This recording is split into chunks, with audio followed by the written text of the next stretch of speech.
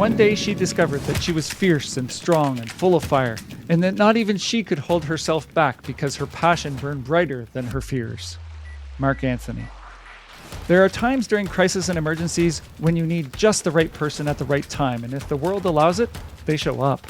This is what happened to me several years ago, and in a matter of 1 week, we moved mountains to prepare for whatever was next. This included significant evacuations, more structure losses, potential loss of life, all the way to re-entry and recovery. When I was in public relations school, I first heard the saying, "A failure to plan is a plan to fail." It is during emergencies that I realized how important the planners were to avoiding failure. They need to predict the future, plan for multiple scenarios, and know what the impacts may be. Dorit Mason, along with her colleagues, demonstrated that a plan isn't made hidden in a room. It is created by talking to many in and around emergency operations and developing a full understanding of what could happen. From there, plans were made. Calm was captured. I'm your host, Tim Conrad. Welcome back for the second season of the Wildfires, Floods, and Chaos Communications podcast with the third episode of this season and this week's guest, Dorit Mason. Welcome, Dorit. It's great to see you. We met in 2017 when you joined the Cariboo Regional District to lead a big planning effort. And first off, tell us about the role of planning in emergency operations, or the EOC. Well, Tim, first of all, it's been great to see you again. It has been a long time. And the planning section within the Emergency Operations Center is really, we can classify them as the thinkers, but they're the ones that are actually collecting information, situational information that can be shared throughout the Emergency Operations Center. They're thinking about what could happen in the future, creating plans. They're managing documentation. They're managing briefing sessions and really bringing together and actually supporting every other section within the Emergency Operations Center. Yeah, and so a lot of work starts there, right? That's kind of the when the order is given to get something done, planning kind of takes over at that point, isn't that right? Yeah. Everything that we do within the Emergency Operations Center supports the activities in the fields. So when there is a decision to evacuate, the planning section creates those plans with input from operations, but it really provides that guide map for operations to implement.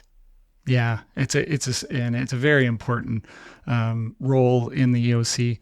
Can you tell us a little bit about that experience? Back in 2017, you roll into Williams Lake. It's the middle of things. I think you were in an early part of August, if I remember correctly, and it was pretty chaotic at that point. I know, just thinking back, we had about 220-ish of wildfires going at that particular point in time. Over 100 evacuations, I believe, at that point. And it was very intense. And so tell me what your experience in that first bit of time that you were there. When I arrived, the fires were out, but we ended up doing a tour. And, I can still remember how hot the ground was, the charred branches and everything. It was hot. And what our role was to safely help get people back into those areas. And when you have an evacuation, you can't actually let people in right away. You have to make sure that hydro is safe, and if there's gas, that's safe, that there's no contamination everywhere. And so the planning section, we actually ended up having to think about, what are those hazards? How do we get those people in? And then you actually have to stage how people come in. So it's not, you just don't open the gates. You actually have to plan that. And that's what the planning section is really important for. Yeah, absolutely. And you say the fires were out. Those were just, if I remember correctly, because I remember taking you guys around. It was down White Rock Lake, something like that, east and west, and Spoken Lake. And there was one other one we popped by too. I just can't remember which one it was, but those ones were out. The other ones were still, they burnt until winter, a bunch of them. Correct. So it was a very long summer. But those fires that we went to see, the area around, those had caused the most damage in that area that summer. So quite significant. I believe the strongest thinkers in the room must be in the planning role. And you mentioned that earlier about that it does require the thinkers. And I quickly discovered that you have this skill in the first meeting with you and Tim, Big Tim, he was known as. Yeah. And I knew we were in good hands. So can you tell me kind of what qualities make up a good planner in the EOC? You have to actually have a little bit of that long range thinking as well as short range thinking. And you need to be aware of all the different hazards and risks. That it's a bit of a risk assessment role. And it's analyzing what could go wrong, what is needed, what about the logistics? Do we have the resources, and making the plans around there? It's a bit of chess in some ways, chess with a natural hazard. Mm-hmm. And then as you get the situational awareness that's there at that time, the information, you actually have to pivot and adjust those plans to respond to the environment as it's changing. Yeah, and that was one of our biggest challenges that summer was, I remember we had to make multiple plans for a lot of different things because we just didn't know quite how things were going to roll in some cases and how the rest of the summer was going. I mean, when we reached that point early August, we were not even halfway through our season at that point, and a lot of time left ultimately to go. When you think about somebody in the planning role, what type of person and, what kind of person would you look for to put in that role? I would look for somebody that can remain calm. Certainly anyone that comes into the Emergency Operations Center has to be able to stabilize their emotions because you have a task to do. The other thing that the planner has to do is actually be very organized and be able to work with a lot of different balls up in the air at that time. And so organizational skills, that ability to do some risk assessments, and just, again, back to organizing and creating those different scenarios and plans to support the field operations. Yeah. And it's quite a bit of, I enjoy always watch the planning group working. I watch all the works because usually as the information role, we're in a pretty visible spot in the room. And so you can kind of watch what everybody's doing, hear what's going on. And I love, particularly planning and logistics are my two favorites to listen to and what they're up to and what's going on. It gives you a sense of where things are going and where the challenges are and before they get to us and information when we have to start to communicate with people. So yeah, it's a really, really important role.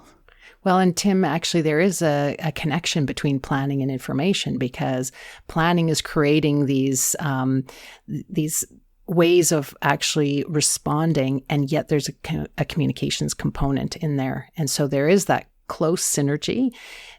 Communications, the information officer role definitely needs to hear what's happening in planning. They also provide input into that. Yeah. Absolutely. And that's key. I think great that you brought that up, because we do have a sense of what is going on in the community because we're engaging with the community and residents. We're also part of a lot of responder groups, so we're communicating constantly with other agencies and getting information from them. So we actually have really a ton of information coming into us at all times. And so we can help to inform that. And that was something I remember we had lots of discussions over that, and often over supper after hours, it was when we were, kind of filling in the blanks there. So.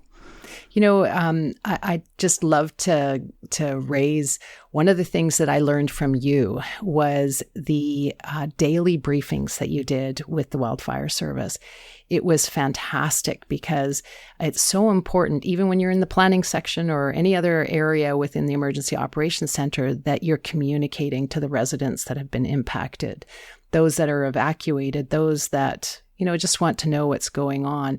And I really appreciated you doing those interviews and having the source provide that information. It's the true source, and residents would come to listen to what your online presentations were. So it was really good. Yeah, and that I'll tell you, it worked out so well for us. We were one of the first to really ever do that. Yeah. And we really had, unfortunately, because of the length of the emergency that year being 77 days, we had lots of time to work and refine, and we actually reached 1 million views with those videos, which is kind of crazy given that we were serving a population, I think, around 66,000 at the time. And it was crazy. And I still, walk into spots in the Caribou, and people walk up to me and introduce themselves, and they of course recognize me, and I'll have to get hugs. That's one thing that's really cool. And Yeah. they're just like, you were part of I heard from a woman last summer, she said, you were part of our supper table every night. And so between Emily and I, we were the two main hosts, and it was just a cool experience. But one of the other stories I liked was I came down to Kamloops to fly out one time, and there was a fellow I got on the plane, and of course I'm dead tired. I'm wanting to go home and get some rest, and I was living back in Alberta then, and I get on the plane, and this guy sitting next to me, he says, "I know who you are," and I'm like, "Oh, damn it!" Just didn't What did want I do wrong? Right? And ended up having a great conversation. He was a helicopter mechanic, and I had an amazing conversation with him about his experience through the summer and what had gone on, and it was just a really neat. And so you don't realize how much you become part of people's lives when you're doing those sorts of things. So thanks for bringing that up. That's really cool. Creates that sense of camaraderie. Hey there, I have a special offer for you. Jump over to www.canadiantraining.ca and subscribe to our newsletter. Receive discounts and early access to our new training platform, which will launch this fall. What's more valuable is we will send canadiantraining.ca subscribers free guides, checklists, and more that you can use in your home, work, or volunteer roles. canadiantraining.ca. Learning from mistakes. Someone should. Sign up now for those free resources. So, you also have a background in transit, airports, and local government. Nothing unique there, Dorit. What is unique is that you've always worked in the Vancouver area, and that's an earthquake zone. As proven by a 6.4 magnitude shaker off the coast of Tofino on July 11th, which was a pretty good one. So I'm just curious, what do listeners need to know if they're called to help with an earthquake? Well, first of all, I would like to do a little public service announcement and get people to actually think about how to prepare for any emergency. So everyone needs to be personally prepared. They need to have a plan. They need to know who relies on them, has supplies. And the most important thing is you have that, because if you're on your own, like when the earthquake hits, you're going to be on your own. That's one of the messages that we've, as in local government, always were trying to communicate out, is that the resources are going to be very, very stretched during an emergency, especially an earthquake. And so you'll be on your own. So have those kits, have those supplies. Once that happens, take care of yourself, take care of your family. There are some workers that are essential. So essential workers, hospital workers, we need them to get into work as quickly as possible. You might end up just being a citizen or a resident in an area which has had damage. You may need to go and help your neighbors. We have to help each other during these events. And, Tim, I think even in the wildfires, earthquakes, any emergency, you see neighbors starting to help each other.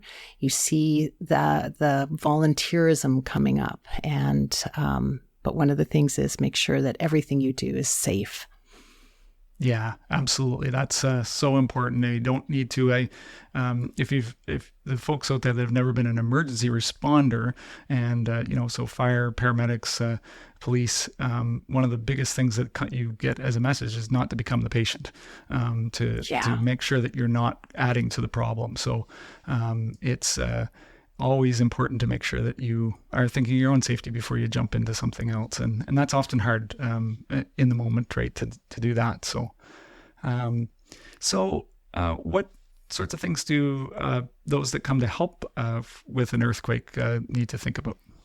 So often local governments will ask for volunteers, and it's important to know that you have the capability to help. Make sure that you don't start to get in the way of the responders. We all want to help, but sometimes it is having to stand back a little bit, help your neighbors, listen to what the local governments need and for that type of support. So I don't want to say don't come and volunteer. Everyone's going to want to volunteer, but really be cognizant of what is needed out there. And the local governments will ask you for your help. Yeah, absolutely. And so what do you think for someone like me that I have a lot of emergency experience doing lots of other things? I've never done an earthquake. So what would I need to know as a responder if I was coming to help out in the emergency management side of things and doing the role that I normally do as a public information officer? Well, we would probably love to take you on as a volunteer because having communications is really important. But in an earthquake, things that you need to be aware of is that there's aftershocks. You could have the initial collapse of buildings or infrastructure, and aftershocks come and they change the environment. So it is an ongoing hazardous environment. So again, Tim, if you were to come and volunteer or others, you need to think about your safety. You need to follow the directions of the officials that are helping to coordinate the volunteers. And just really making sure that we contribute in a safe way, but also one that is supporting the response, not against it. You know, there's some examples in the Canterbury Christchurch earthquake where they had the volunteer student army come out, and they were essentially a group of students that were, strong physical arms. They could move sand wherever they wanted to, but they ended up counterbalancing or getting in the way of the responders. And so the volunteers do need to become part of that emergency operations center response and working together, not in conflict with the responders. Yeah, absolutely. So I've been a visitor in earthquake zones. Like many other people, I've been to spots like San Francisco or along the west coast of British Columbia. And you can see directions on road signs and buildings and airports. And whenever you're visiting a spot, you kind of see some sort of information to help you get ready for the potential of an earthquake. And these include, everything from what to do at that site if there's an earthquake, the evacuation routes, and if there's a tsunami threat in the area. So while that may stress some people, to me it's calming to show that there is a plan. There's something there. And can you tell us more about some of those things that people would see in an earthquake zone when they're visiting? So you mentioned tsunami warning signage. We know that on the west coast of Vancouver Island, if there is a megathrust earthquake, so that's, that big one, the coastal communities have around 15 to 20 minutes before a tsunami would end up coming to shore. And so the coastal communities have actually identified those higher areas where you would want to evacuate to. And the signage, the tsunami signage, points you in that direction. And so if you ever go to visit some of those communities, make yourself aware of what the hazards are. If you are in a tsunami zone, understand where the evacuation point is. And if you feel the earth move during an earthquake event, don't stay and look. Gather your things and actually move quickly to that evacuation zone. And you'll see a lot of other people that are going there. In Japan, they practice this all the time, and a lot of people survived in that recent earthquake because they ended up having such strong planning and exercising, and it was they moved to the evacuation zones. Mm-hmm. Yeah, it really quite tremendous. I very much observed the year that the Fukushima disaster happened around that earthquake, and I had a few friends that I was helping to deliver information to them. And it was just fascinating looking at how they, as a culture, prepare and live with earthquakes on a regular basis. So really interesting. And I do want to just really jump on a point that you said, these routes that you go and something that I did. So I am obviously somebody that wants to be prepared for whatever. And so when I was visiting Tofino with my family for the first time, we saw the evacuation routes. And so we got ourselves settled at the campsite. And I was like, let's go for a drive because I want to see where I actually have to drive if I had to. It's great. Because I've never been here before. And it was a little bit of a windy route, but it was well marked. And I understood where to go. So I felt like it was a good spot and actually had a nice view when I got there. So it was, it was great from that perspective. So it's good to do those little things to make sure that you're that little bit extra ready. So I have to ask you, Tim, when you go to a hotel, do you ever go walk down the fire exit down the stairs? Yes, I do. Yeah, I tend to. Me too. Yeah. I've always...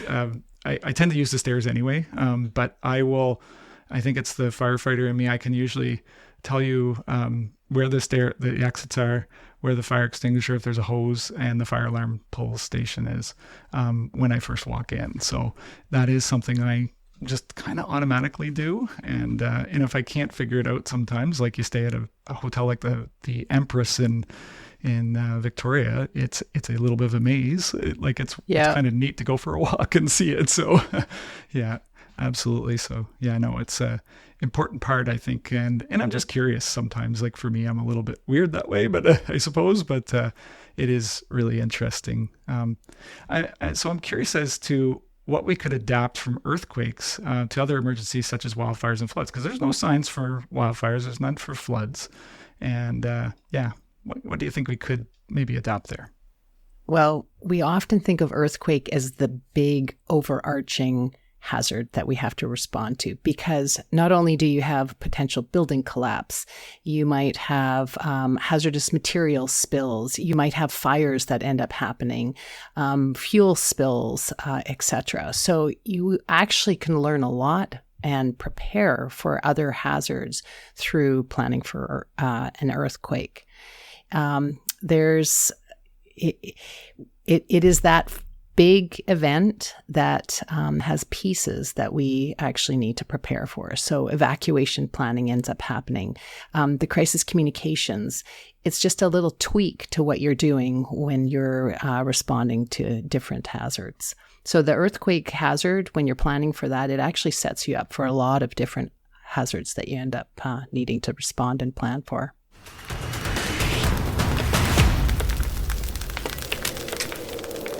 Hello to our listeners in Saudi Arabia and listeners in these cities: Caslow, British Columbia, Colorado Springs, Colorado, Adelaide, Australia, Southwark, England, Rome, Italy. Thank you for listening to our podcast. We have a global audience with listeners in over 30 countries and nearly 300 cities. Wherever you listen, whether it's Spotify, iTunes, or Amazon Music, please subscribe and give us a review. Of course, please share with a friend by sending them communicationspodcast.com, where you can also sign up for our newsletter.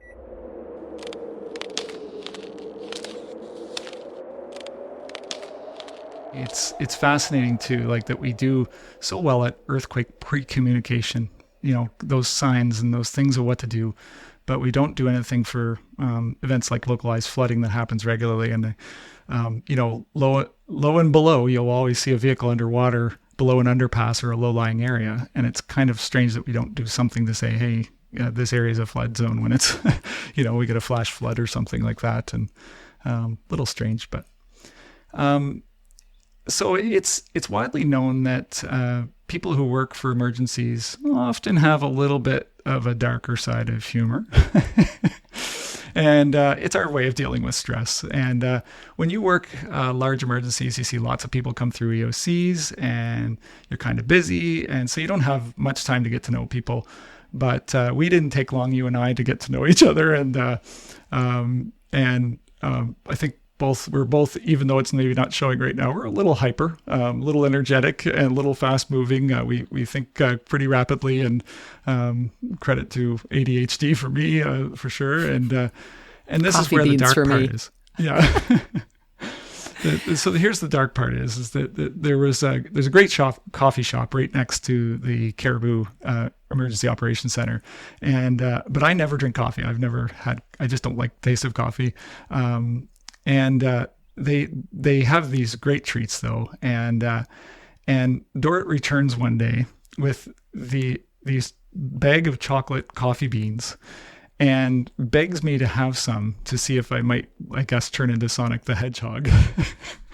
and Tim, if he's listening out there, at least pretended to worry about what may happen because, there is the ADHD and it's dialed pretty high at that point in time. So anyway, all of this to say, what are ways that we can bring humor into emergencies and why is it so important? Because that one stuck with me. I've always laughed at that. And my son has ADHD. And when he was diagnosed, I was up in the Caribou and I brought him back a bag of those chocolate coffee beans to give to him. So just as a joke to pass it along.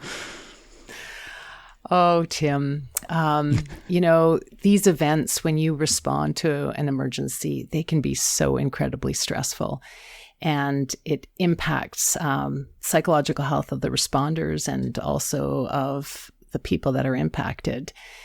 And the amount of stress that builds up, humor is actually one way to alleviate that stress. And I think, as I mentioned before, it creates camaraderie between the people that are responding and this connection. And we as humans need that. And laughter helps you get through a lot of things. And you're right. Sometimes it is black humor and you do not want people to hear what you're laughing about.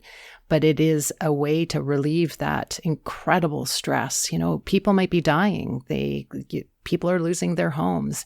And it is so distressing that the laughter can sometimes break through and allow you to keep going. Mm-hmm. Yeah, that's it, right? It's hard to imagine what that stress level is like. I remember that week that you were there, it was intense, very intense as we were getting ready for what was to come. And we weren't as frantic in that particular week. We had a period of 2 weeks after that was really frantic. And thanks to your plans, it wasn't as frantic though, to be honest. We had an idea of what we needed to do. It was just the speed at which we were doing things. And yeah, we were always doing funny little things. You might remember one fellow, Phil, with Modi. He one of his things was he would put on a dust mask and then he would be on the outside of this one window and then just like zombie out there in the evening some nights. So just to spook some of us. Silly things. I mean, just ridiculous stuff. And you have to keep that humor. And I think it's important if people ever hear that, and I know it can seem insensitive sometimes, but it's like put yourself in the people's shoes that they're in because they're going through a lot right now themselves. And this is their way of that one split moment where they can actually have a little bit of laughter and have a different emotion rather than just stress. Stress and sadness sometimes, and anger, and all of the emotions. The responders are going through that, as are the evacuees and those people that are impacted. Yeah, absolutely. It's a lot, and you're right. It's a lot on your mind. I mean, you touch on the sadness, and I don't think people realize like how much sadness that someone has, that even like myself, I'm not from Williams Lake, but when you're talking to people on the phone every day and meeting them in person and hearing their stories, it is hard. And so you want to get through that. And those people help you too. They make, there was a wonderful joke from one woman that we went out to see. And she had not had a good run in life recently and things were all going bad. And then her house partially burnt down. And she made just a phenomenal joke in front of everyone that was just perfect. And it, there were people there that some of the media were there, and they started crying because it was just so much like even what they had seen. It allowed them that moment to let go, and so it went from humor to crying, and it was a really special moment. So, bit of catharticism, allowing that to happen. Yeah. Absolutely. You got to allow it to happen. Yeah. All right. So next up are 3 quicker questions. We're supposed to have quicker answers too. So are you ready? Okay, I'll try. Okay. All right. What is one book, documentary, or resource that you can recommend for those learning about crises and emergency management?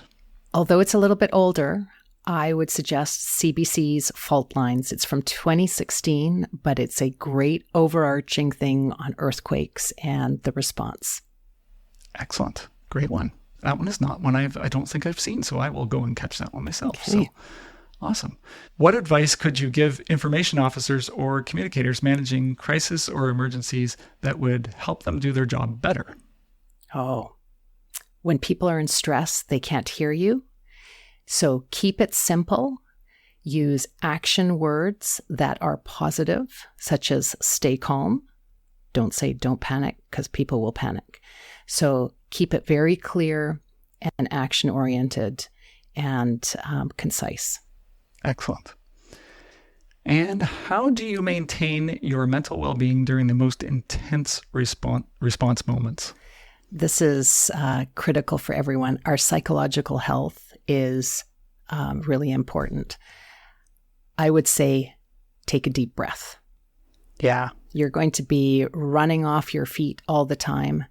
Every once in a while, take a deep breath and drink some water. Yeah, absolutely. And I'll add that we probably had a milkshake the one time, I think, was what the choice was when we were... Drink something. Yeah, exactly. But we did. If you remember, we went to that diner and it was kind of time off, and we made a choice to not talk about work while we were there and just have some fun and take that moment, because it had been a really intense week. And so, yeah, thanks so much, Dorit. It's been great to chat with you. I really appreciate you joining me and sharing your incredible wisdom. I mean, I have such respect for you and the work that you do. I got to see so much of it up in Williams Lake back in 2017, and we stayed in touch since.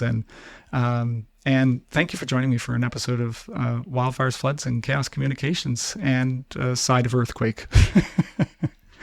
Thanks, Tim. It's great to see you, and all the best to you and your listeners. Thank you for listening. I really appreciate you taking the time to learn from us. Do you have suggestions for a guest or a topic, or maybe some feedback? You can write to us at communicationspodcast.com, where you can also leave a review. Wherever you listen, whether it's Spotify, iTunes, or Amazon Music, please subscribe and share with a colleague or friend. Remember, we also have a newsletter that will give you more information, and we put up transcripts, links, and information from our podcast on our website. Thank you for joining the Wildfires, Floods, and Chaos Communications podcast. If you like this episode, check out Season 1, Episode 5 with Kendra Stoner at communicationspodcast.com. Goodbye. Hear me later.